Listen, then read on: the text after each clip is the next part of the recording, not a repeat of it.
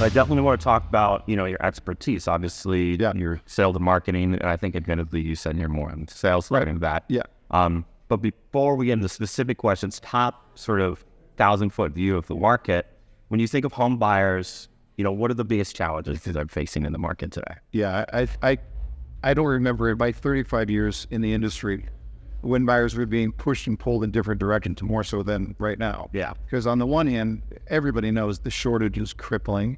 There's nothing to choose from out there. And so I need to be aggressive in the way that I shop for a home. On the other hand, I look at where prices are. I look at where interest rates are. I look at how crippling it feels to be able to spend that kind of money. And the emotional trauma that they're going through right now is, I actually feel bad for home buyers today. I really do. Well, I mean, with that tough situation, I almost also feel bad for home builder salespeople because they're facing, a home builder, on the production side, you'll get a plan, a salesperson will bring you a customer and it's like, okay, I'll build that home. But for that salesperson, they have to go through that emotional struggle. Yeah. What are those big barriers to, finding a willing customer or really what are the big challenges for salespeople? Yeah, I think one of the things that happens here is that if the situation is easy, if it's an easy transaction, it's an easy market, and as a buyer, I'm very confident, then what goes along with that is trust. So if I walk into an Atlas store, there's a lot of trust that I have when I walk into an Atlas. When I go into an In-N-Out Burgers, I'm from the West, right? It's a lot of, there's not a lot of issues or things. But when you get into situations where you are stressed out going in, the trust is not guaranteed at all. And so there's a trust deficit that happens after a while. And this is the task of salespeople is to try and figure out, how do I bust through that? Because there are customers who would take all the stress and consideration of the market and they drop it in the lap of the salesperson just like that. Oh, yeah. Really difficult for a salesperson to end. So for a salesperson, the emotional intelligence has to be very, very high, right on the gate, to understand that this isn't about me, this is about what that customer is going through, and that the empathy skills got to be really, really strong. No question about that. Well, so if, let's say you go into a builder's business, you start talking with their salespeople, and you realize maybe some of them don't really have that emotional intelligence. Yeah, I did Q. Yeah, or they praise it. Right. Is it a matter of you let those people go, or is there a way to train up? Because that, it's hard in concept to sort of wrap your head around emotional intelligence if you don't know that. It's true, but I'm going to give salespeople first the benefit of the doubt and say that you may have been going through a season where you didn't need as much empathy and that caring and that desire to really reach a customer at that core, because customers are walking to the door saying, "Please, let me buy your home," and I'm really excited about it. You just raised the price $20,000. Yeah. So when that salesperson is not needing to do that, then EQ, it is a trait, but it's also a skill.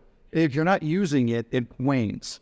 So I'm going to give them the benefit of the doubt and say, let's step back here and try to figure out, because here's one very simple shortcut, right? We're all about trying to figure out the way buyers make decisions. If I like you, I tend to trust you. So the question here is, how likable are you right out of it? And that, do you have it in your heart to look at it and say, here's somebody who's walking in the door, they're stressed out. Do I want them to adopt the energy level I carry right now? How likable am I? That like-trust connection is really, really important. So when you have, let's say you have a salesperson and they're likable and they can have that conversation, they can sort of relate, they can get you a buyer on their side. And now buyers, obviously, if they're having this discussion, they're this deep in, they probably want to buy a home. But I think there's some wariness out there, certainly, when it comes to closing that actual deal, having that conversion to a closed sale. What are the big challenges that you're seeing some people struggle with? Yeah. I mean, what are some of the ways that they overcome that final question of, do you want to? Yeah, this is going to tie back to what we're talking about here with the trust issue, because at the end of the day, when a salesperson is inviting that customer to that point, the customer has a very important question in their mind. Is that salesperson looking out for himself or herself at their interest, or is that salesperson looking, or is this invitation to purchase, is that because they truly believe this is in my best interest, or is it because they've got some sort of self-service? And will make the decision. A large part of the decision we're going to make is based on that. If I believe that you are looking out for my best interest and I trust you, then you're not just asking me to purchase, you're advising me to purchase, right? You're looking at it, you're saying, I know you, I know our homes, I know the match, I know the market, everything is lined up. I think this is the right thing to do for you. And again, that's the opposite of what's it going to take to get you into this, how you can make it. Well, let's reverse that. What if you see a customer where, they're anxious to buy a home, but once you look at what their actual financials are, maybe they can't afford to shop with, maybe a particular builder. Is that a conversation you should have, or is it a matter of let's bring in some financing, let's see how to make it work for you? What's the right box? Well, I think you have to really start by asking what problem is the customer trying to solve before you get into any other capabilities or financing or everything else. And this is a problem here in this type of marketplace, is that still people are busy. There's still a lot of traffic. There's still a lot of unique visitor websites and hits and leads that are out there. And so salespeople can tend to short circuit and try and figure out, can you afford it? Do you have the money? Is this in your price range? Before they look at it and say, hey, how do we learn who you are and what is going on in your life such that you're thinking that moving, which is a traumatic experience, actually makes sense. So we advise our clients, you got to go back and start there. You got to, if you don't understand your customer well enough, then the financing conversations and the can you afford it or the what are we going to do to make this happen, that's all second to what problem they're trying to solve. You got to start there. So one of the things I've heard throughout the conference, here and there, it's not to take focus on it, is that there has been certain drops in price as it relates to sort of, inflation pushing up interest rates, and they sort of have to respond. Yeah. When you think of markup and margin right now, where's the sort of sweet spot in businesses? Have you seen across, all your clients that there is a little sweet spot between, what's your markup, what's your margin kind of thing? Well, look, first of all, from the customer's perspective, they don't give a rip what the builder's margin is. They don't care if the builder makes money or loses money. All they're looking at is, here's the home for me. Does it make sense for me? So pricing the home to margin to me is a fool's errand right from the very beginning. We got to price home to market, but the market is the convergence of the buyer and the seller. But I think the other issue is that there are a lot of builders who have grown to some unrealistic expectations as to what a healthy margin is. And so, we had, for example, somebody who was speaking this morning recognizing that they open a community, no sales for 4 months, and they missed the market. So they had to take a hit. He was still largely highly profitable, even with the NFT. Yeah. So, I think there's a little still expectation changing that still needs to happen about what a realistic. Well, with that in mind, in terms of scalability, obviously over the last 3 years, the market has changed in a couple of ways. I know it kind of leveled out in terms of demand. Yeah. But, a lot of technology came in the market, a lot of efficiencies, then, price cutting, things like that. How flexible does a company need to be in sort of this market? The ability to sort of inflate, deflate their scale. Is that really important, or is it a matter of just understanding? Well, it's critically important. And of course, it's important within the boundaries of your own market. It's all real estate is local. We understand that. And so you need to know what's going on in your market in any given time.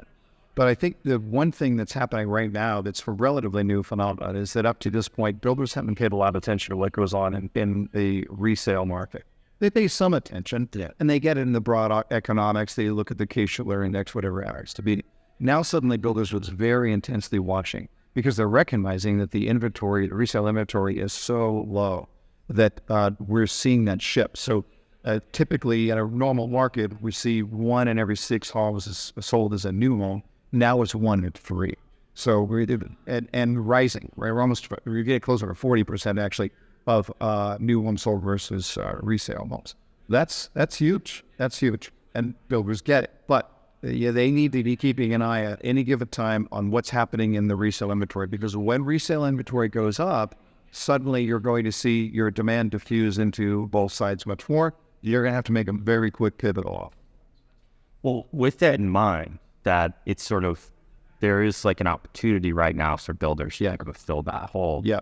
Does that mean we're in a market where it's responsible for businesses to try to grow their business, or should they just be trying to more establish? Well, I think they do need to grow, but I think they need to grow into where the market is going to be next. So, for example, right now, there are only 4 markets in the United States where it's cheaper to own than to rent. Okay, so Philadelphia, Cleveland, Houston, and Detroit. Those are the only 4 markets in the entire country where it's cheaper to own than rent. And traditionally, let's face it, it's always been at least a little bit more expensive to own than rent. But right now, when you look at the numbers, it's much, much more expensive to own to rent. So when we see the market shift, the market will shift to a large extent by opening up opportunities for buyers on the lower end of the price scale. So when builders are only trying to figure out how to get their prices inflated more and more and more, that's going to be the issue they're going to have to look at. How do we find homes that are going to be affordable and attainable for people who are on the low end? Because if it's that much more expensive to own than to rent, then rent becomes a stronger and stronger option. Now you enter all of the new build-to-rent communities that are being built, and it's not going to be, should I buy now? It might be a question of should I buy at all?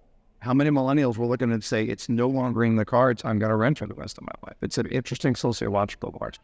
Yeah, and it's a conversation over the last few years I feel like I've had with people, whereas you look at the 10 years before that, it was almost an absurd conversation. Correct. Right, it seemed like it, but now it's realistic. Yeah.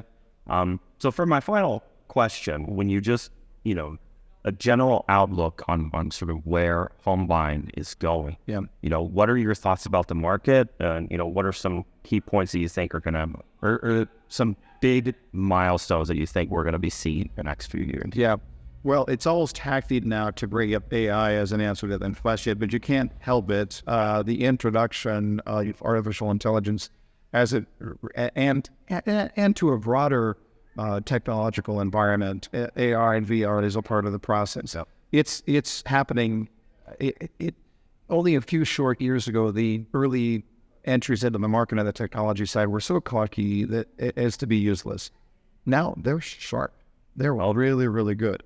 And all it takes now is for more buyers to be exposed to it for a longer period of time to say, this is something that I can do from my living room and do it well. So I think that we're still on the front edge. The technology is still being rolled out, but it hasn't gotten to the point of adoption for the buyer. Yeah. I think that that's going to be a huge aspect of what happens next. But then the next question after that is, what happens, and I don't have an answer to this, but there is a profound housing shortage. We're not building modulars. We have communities that are hunkered down and saying, take your low-income stuff away from me. I don't want it right here. I don't know what the answer is, but when I look at the number of people that are one blown head gasket away from being homeless, when I look at the people who are just really struggling, they don't have $500 in the bank right now. There is a severe housing crisis, and I don't think it's getting the attention that it deserves. So I agree. Well, Jeff, thank you so much for your time. I really appreciate it. And my extreme pleasure, Nick. Thank you so much. Yeah, you bet. Absolutely. That was fun.